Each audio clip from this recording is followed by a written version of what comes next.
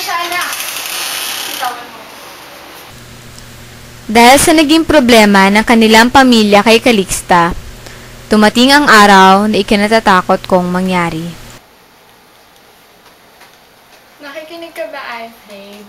Oo, anong problema kay Calixta?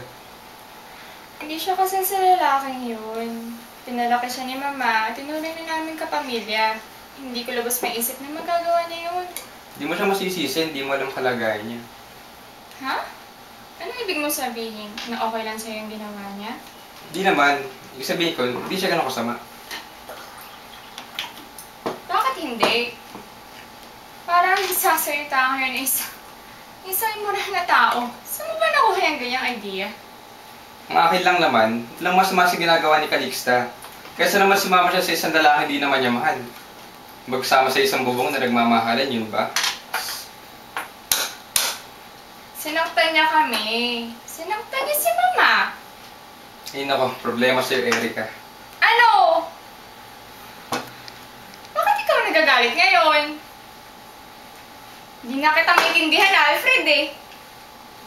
Sa tingin ko, alam ko naman bakit ka nagkakagaya ngayon sa nakaraang linggo. Alfred! Hindi ako bulag!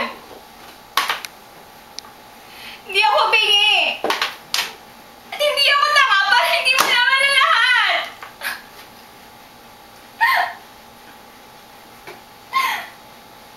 Bakit hindi mo pa sabihin sa akin habang maaga pa? Sinusubukan mo ba ako? Oo, pero sinusubukan ka maging patas at di ganun kadali yun. Ano ibig mo sabihin? Alam ko marami akong pagkukulang sa'yo, pero... Erica, kung kaya ko lang, maaari. Umaaring ano? Huwag na natin ituloy ito? Pagod ka na ba? Bakit hindi mo pa sabihin sa akin sa harap ko na pagod ka na?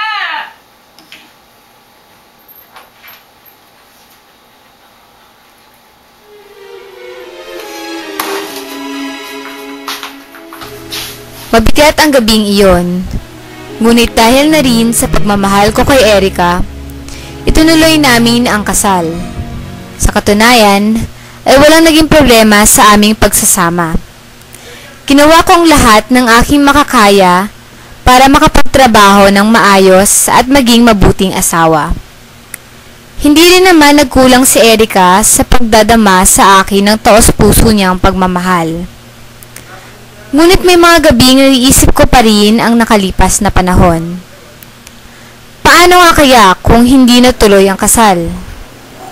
Paano kung si Julia ang kasama ko ngayon at hindi si Erica? Good evening, sir. Dito ba yung bahay ni Miss Julia Del Valle? Opo. Pwede pa tawag?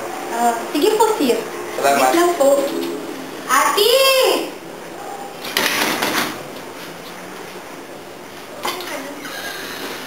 Uy, Alfred. Hi, kumusta? okay lang. Kamusta?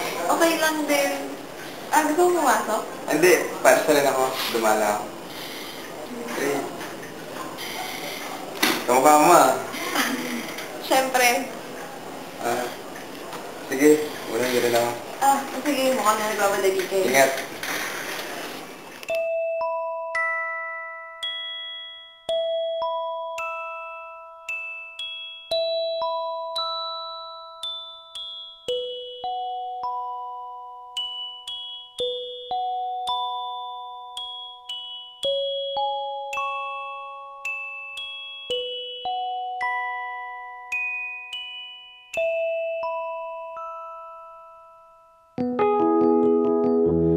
맑게 개인 저 높은 하늘 그 푸른보다 밝게 비춘 눈부신 햇살 그 따스함보다 더 가슴 벅찬 단 하나 그건 사랑이겠죠.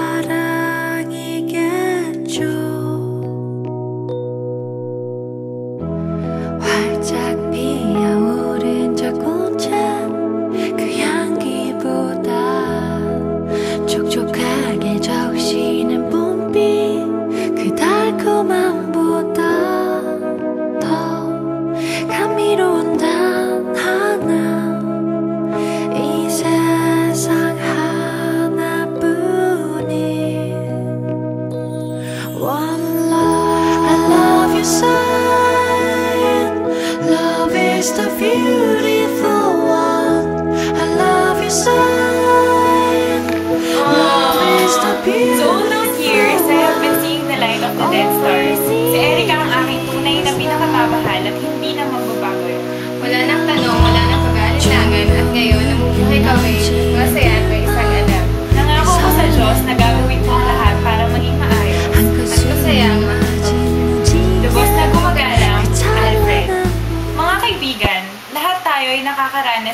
alinlangan sa ating buhay.